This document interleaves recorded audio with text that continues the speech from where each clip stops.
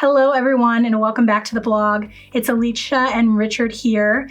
And in today's video, Richard, you're going to be telling us how your practice, Richard A. Myers Jr. and Associates, has been able to change the law regarding the Medicaid process. So you've done so in multiple different ways. So I'd like to go ahead and turn it over to you to walk us through those. Well, thank you again, Alicia, and all of our listeners for viewing this video. A couple of things that we've done in the last few years. One of them, we were able to affect the change on what's called the transfer of the penalty. So if somebody transfers assets, in the case we had was a husband and wife, and as the husband was qualifying for Medicaid, we transferred some assets and we given away about $100,000, and Medicaid gave us a waiting period of 15.2 months as we were going through that. Well, the husband lived much shorter than we expected, and he passed away, and so then the wife, having just lost her best friend, ends up going into the nursing home herself.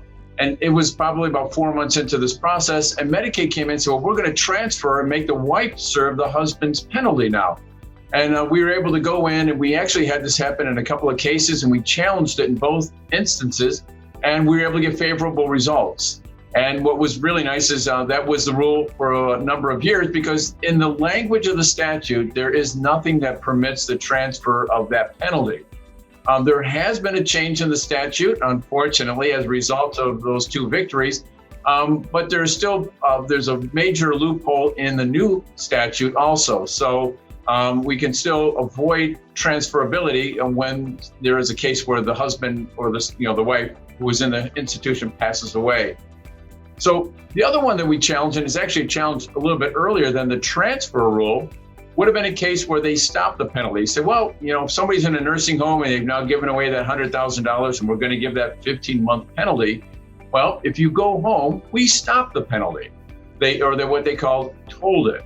And I said, well, there's no such rule or language within the statute that permits it. I said, once it starts, it goes. As the analogy I used in the hearing is, it's kind of like pushing that big rock over the side of a hill, and it's going to roll to get to the bottom of the hill, and nothing's going to stop it. I said, so once they start the process, it continues. So if someone's able to go home, they can, in essence, serve out that penalty period while they're back in the community, and there's no consequence to their finances. So that one has continued to be existing law without any changes in the law to allow for that stoppage. And the last one was a very recent change. For somebody who's in assisted living. Medicaid was challenging the eligibility or the ability to qualify for Medicaid unless you were in a Medicaid qualifying community. So not all of the assisted living communities participate in the Medicaid waiver program. In fact, very few of them do because of the low reimbursement rates. So we had someone who was in a non-qualifying community, and we were just trying to start a penalty period. In case they had to go to a nursing home. We were trying to start that penalty when we had low expenses. We'll explain that a little bit more in another video. And Medicaid pushed back, and we ended up having to have several hearings.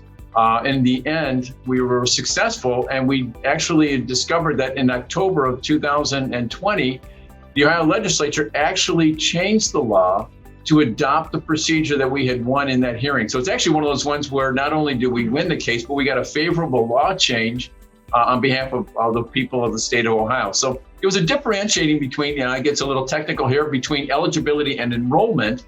And I said, well, we're just trying to establish eligibility. I understand I have to be in a Medicaid participating in community for enrollment, which is a different thing. And like I said, it was a nice thing to understand that they did make that law change so that we could benefit the people of the state of Ohio. So sometimes having been a litigator in the past is beneficial to more than just my clients. So it's always nice to be able to help the Ohio community at large.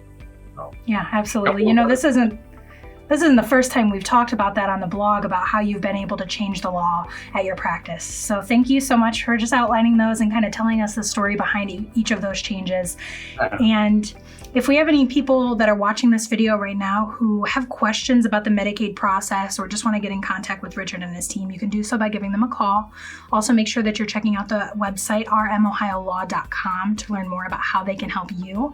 And Richard and his team will be looking forward to speaking with you soon. Thank you so much for watching, and thanks again, Richard. Well, you're very welcome.